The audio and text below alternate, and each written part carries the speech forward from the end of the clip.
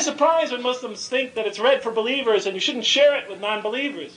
Its principal audience originally were mostly non-believers. They're the ones that heard it. When I read it, I felt it was definitely read for a non-believer. I'm not saying it's written for everyone. It's revealed for everyone. But I could feel it talking to me. It begins by describing its audience. Who will benefit most by this? Who will benefit least by this? Who will be in sort of the middle? Describes the believers and their qualities. 3 or 4 verses. Talks about the people who have a completely closed mind. They won't even consider this. They won't even think about it. They don't want to be bothered. Talks about them in about 1.5 lines. They won't consider it. No use wasting time on it. Then it talks for about 12 lines, verse 8 through 20 of the 2nd surah, 13 lines about all those people in between. Which was me. I may have been an atheist, but I was willing to listen. I may have been an atheist, but I was curious. I wasn't an outright rejecter. Just couldn't satisfy my doubts. But here I was, in the middle, and that was me, and I knew it. As you read through that 2nd surah, it summarizes Islam's major themes. And then from there on out, you're sort of hooked. Right? What's your first question? Well, your first question is, what's the purpose of life? Why did God create us? Did He put us here just to punish us? You start reading the 2nd surah, and it begins to answer that question.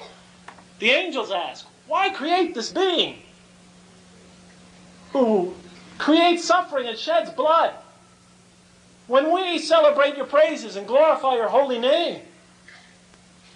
You know what reaction was when I read that? Wait a minute, that's my question. Why put us here on earth to suffer? Why make this creature who could commit terrible wrongs and put him in this environment where he could exercise his most negative and destructive tendencies?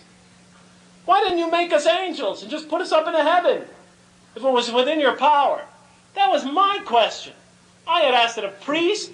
I had asked it of rabbis. I had asked it of Buddhist monks. I had asked it of Hindus. I had asked it of Hare Krishnas on campus. I had asked it of everybody. Everybody said, I don't know. Just got to have faith. Here I was, not but several lines into the Qur'an, verse 30 of the 2nd surah, and my question is put there in the mouth of the angels. Slowly but surely the Qur'an begins to unravel and answer. And as it does, it takes you through so many different facets and angles of life. It interjects different parts of its message as it lures you into its design. So as I read the Qur'an and proceeded along, I was trapped. It was written. I felt it was written perfectly for a non-believer. And so I would very much encourage you, if you have somebody, and he is honestly interested in Islam, but feels he doesn't have the time, point him in the direction of the Qur'an. A good interpretation, one that you found that you trust in English, and get him in that direction. Nothing is more powerful in showing people the way to Islam than the Qur'an. Next question is pretty brief. It says, the speech you just gave was taken from your latest book. If so, when will it be published? I don't know. You have to talk to Amana Publishers. No, I am right now on page 170 on my computer. I'm just finishing the 4th chapter. It's called The Pillars of Islam. I have 2 more chapters to write. They're sort of brief. One is about the trials and tribulations a typical Muslim convert faces when they enter the Muslim community.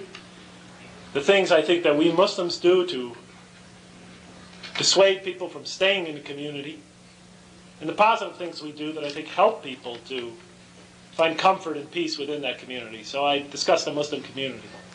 And then in the 5th surah, the last chapter, very briefly, I discuss my hopes and dreams for my children as Muslims in America, and my hopes for the future of Muslims in America, and the problems I think they'll have to face. So I think I have about 40 pages left. So it should be about 210 pages long. Sorry I have to talk about it in these terms, but I'm envisioning it as my head in the typewriter as I'm talking to you. Yeah, mathematician. 40 pages usually takes me about 40 days to write. So I think in about 2 months I'll be done, and I'll send it off to the publishers, and they'll start editing it, and we'll start communicating back and forth. Maybe about a year and a half from now. Well, it takes time. Then they got to print it, they got to manufacture it, they got to publish it. Once I send it to them, it's out of my hands, though. I have nothing to do with it except for checking. Okay, sorry. Okay, Jazakallah khair. The next question is regarding prayer. If you guys could keep the question topics about prayer, that would be very helpful, because we have so many questions. The question says, how do you put all your concentration into your prayers? Well, you do the best you can. When I'm praying, and I think you probably found this useful as well, when you pray, it's very difficult, to have total concentration during your prayer. But I think it's good that while you're performing your prayer, to interrupt yourself at times and genuinely think about something that you're grateful to Allah for. Think about a deep concern you have for someone close to you, and you communicate that to Allah during your prayer. Think about something that you feel you may not have done quite right, a doubt you have about yourself, and ask God to forgive you for that and to help you with that. Most importantly, try to adopt an attitude of humility during your prayer. I think this is just my personal advice. The more humble, sincerely humble you are in your prayer, the more, when you turn to prayer, you acknowledge and admit to Allah your dependence upon Him.